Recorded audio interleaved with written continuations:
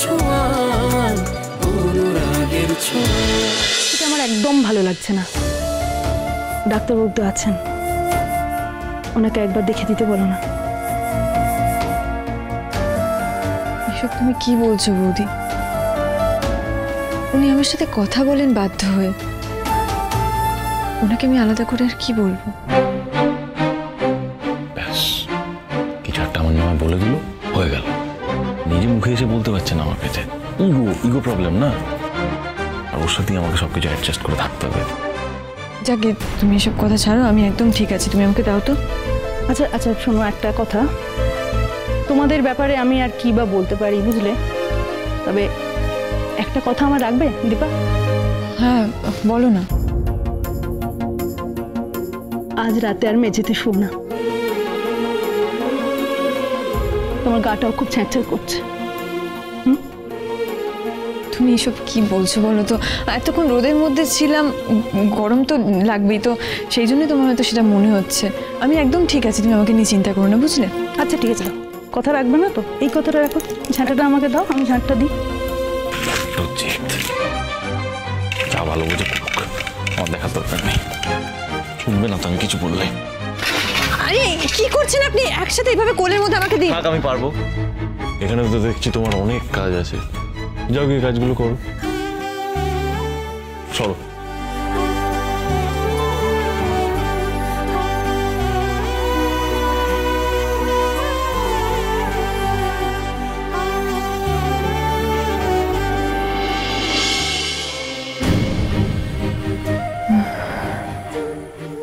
ডাক্তারবাবু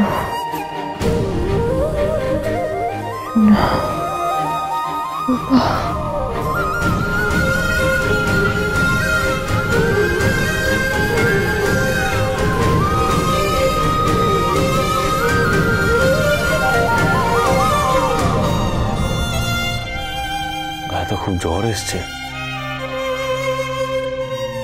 ভালোই তো টেম্পারেচার। এত কষ্ট পাচ্ছে কিন্তু মুখ ফুটে কিছু বলবে না।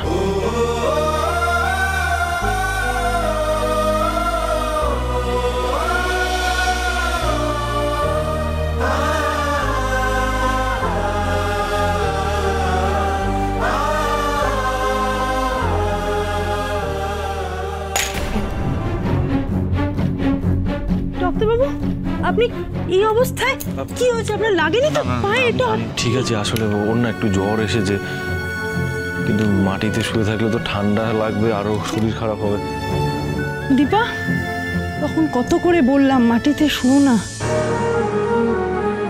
দীপা বলছি ওকে না মাটিতে শুয়ে রাখা যাবে না, খাটে তুলতে হবে। আচ্ছা বেশ বেশ, আপনি দাঁড়ান, আমি দেখছি। দীপা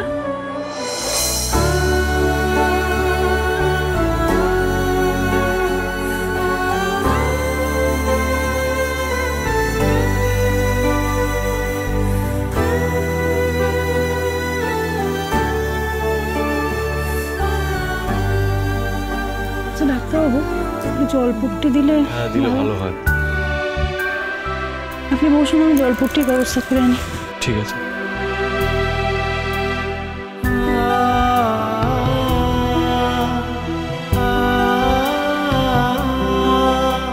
ডাক্তারবাবু বলছি আপনি রেখে দিন, রাত হয়েছে তো আপনি ঘুমিয়ে পড়ুন, আমি করে দেবো।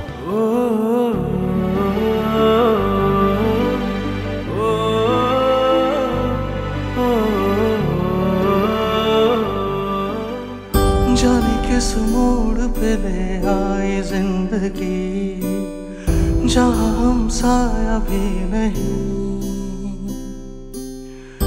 ऐसे ही खुद को दे रहा तसल्ली, कहीं से वो आ ही जाएगी। प्यारा फूल मेरा मुरझा के खो गया कहाँ, ऐसी आग उठी के सब कुछ हो गया धुआं, लगी हो जैसे खुशियों को नजर।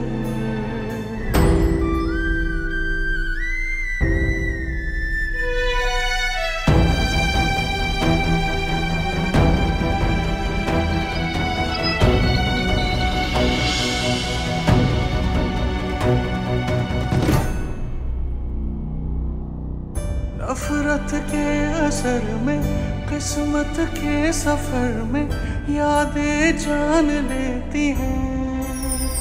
मैं लुट गया प्यार में मगर पता न चला, रेशम की है डोर जिससे कट गया है गला। যাক, টেম্পারেচারটা তাহলে এখন নেই। ঘুম থেকে উঠলে আর ওষুধ দিতে হবে, কিন্তু তার আগে তো কিছু খেতে হবে। আমি রান্নাঘরে গিয়ে গরম ব্রেকফাস্টটা বানানোর চেষ্টা করি। লাঠিটা কোথায়?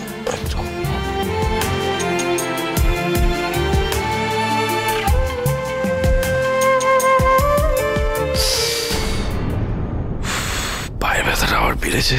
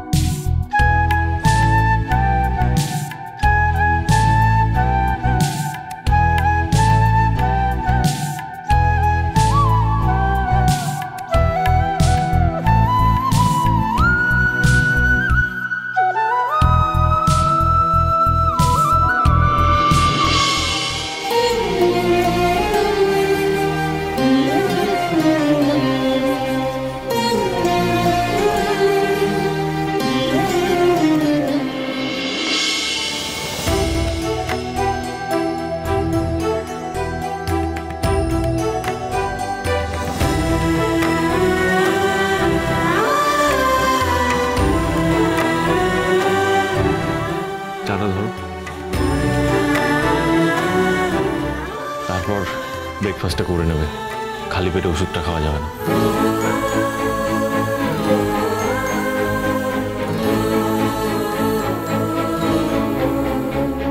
কি হলো, খাও চাটা।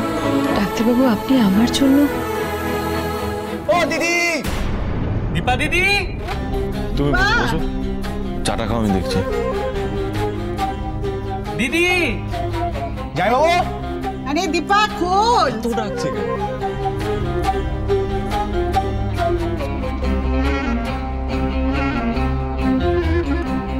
এই যে দিদি, আমরা এসে গেছি। গুড মর্নিং জামাই বাবু। গুড মর্নিং দিদি। তাড়াতাড়ি চাটা খেয়ে ব্রেকফাস্টটা করে নাও।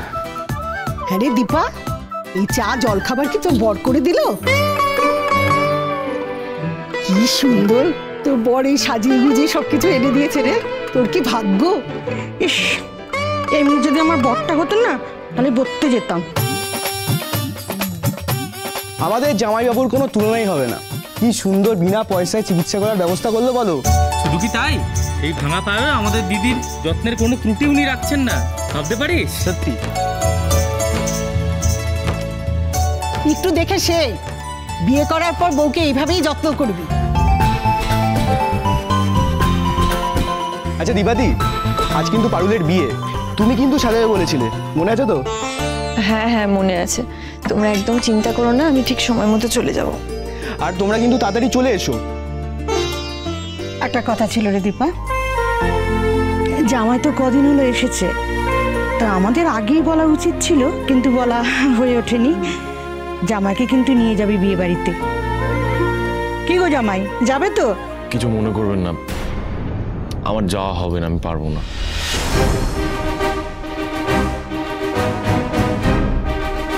যাবে না? ও, আমরা কিন্তু খুব আশা করেছিলাম। তুমি চিন্তা করো না কাকি, জামাইবাবু নিশ্চয়ই যাবে, ওনাকে যেতেই হবে। আর যদি না যান, আমরা দুজনে ওনাকে চ্যাং দোলা করে তুলে নিয়ে যাব। কি বলিস? একদম। একবার তো বললাম আমি যাবো না, তার মানে নিশ্চয়ই আমার কোনো সমস্যা আছে, তাই যেতে পারবো না। আর জামাইবাবু কাকে করছেন? আমি কারো জামাই ঠামাই নই, বাবুও নই। আমি কোথাও যেতে পারবো না। শুনুন না, আজ বিকেলে তো আপনার তেমন কোনো কাজ নেই। কাজ নেই, ফ্রি আছি, আমার কোনো কাজ নেই। আর যদি কাজ থাকেও বা, আমি তো বলছি আমার সমস্যা রয়েছে, আমি যেতে পারবো না। আশা করি এবার ওনারা ওনাদের উত্তরটা পেয়ে গেছেন। আপনারা প্লিজ এবার আসুন। Thank you. এই তো কাকি, তোমরা বসো না। না ঠিক আছে, আমরা ঠিক বুঝতে পারিনি রে। আসলে উনি, আসলে আমাদের আগেই বোঝা উচিত ছিল, জামাই মতন একজন মস্ত বড় মানুষ আমাদের মতো গরিবের ঘরে কি করে যাবেন। আমাদের আগেই ভাবা উচিত ছিল। আমি কিন্তু আপনাদের মিন করে আমাদের ভুল হয়ে গেছে জামাইবাবু, ক্ষমা করে দেবেন। দিদি সরি, ভুলটা আমাদেরই হয়েছে। চল চল চল। পল্টন আমার কথাটা, ইতু কাকি, পল্টন আমার কথাটা শোনো। ইতু কাকি, ইতু কাকি, ইতু কাকি, পল্টন দাঁড়াও। ইতু কাকি আমার কথাটা শোনো, তুমি আমার কথাটা শোনো। থাক থাক, তোকে কিছু বলতে হবে না দীপা, আমরা যা বোঝার বুঝেছি। দেখো আমার আসল কথাটা একটু বোঝার চেষ্টা করো। দীপা, আসল কথাটা এটাই, তেলে জলে কখন মিশ খায়? আসলে দোষটা আমাদেরই। কাকি তোমরা এভাবে মন খারাপ করে চলে যেও না, আসলে মানুষটা এরকম না। তুই এভাবে বলিস না, তোকে তো আমরা চিনি। কি আর বলবো কাকি, ওনার শরীরটা খারাপ হওয়ার পর থেকে কেমন যেন হয়ে গেছেন।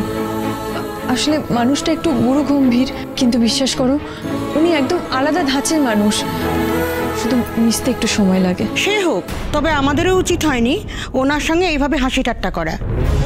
না না সেটা নয়, ওনার কথায় তোমাদের খারাপ লেগেছে আমি বুঝতে পারছি, আমি তার জন্য তোমাদের কাছে ক্ষমা চাইছি। পারলে তুই একবার যাস, পারুন এটা তোকে বড্ড ভালোবাসে রে। আমার তো যাওয়ার খুব ইচ্ছে ছিল, কিন্তু ওনাকে এই অবস্থায় ফেলে আমি কি করে যাই বলো তো? দীপাদি তুমি একবার যেও। আমি দেখছি। আসি রে। আসে দীপা, চলো চল। আসছি। যে কাজটার দায়িত্ব নিয়েছিলাম সেটা করতে না পারলে তো বিয়ের সব তোড়জোড় ফিকে হয়ে যাবে। আর তাছাড়া পাড়ার লোকেরা এতগুলো টাকা দিয়ে এত কম সময়ে কি করে সব অ্যারেঞ্জ করবে, কিচ্ছু বুঝতে পারছি না। কি অনুরাগের ছোঁয়া, বাবার খোঁজে রূপা, সোম থেকে শুক্র রাত 9:30টায় স্টার জলসায় ও ডিজনি প্লাস হটস্টারে।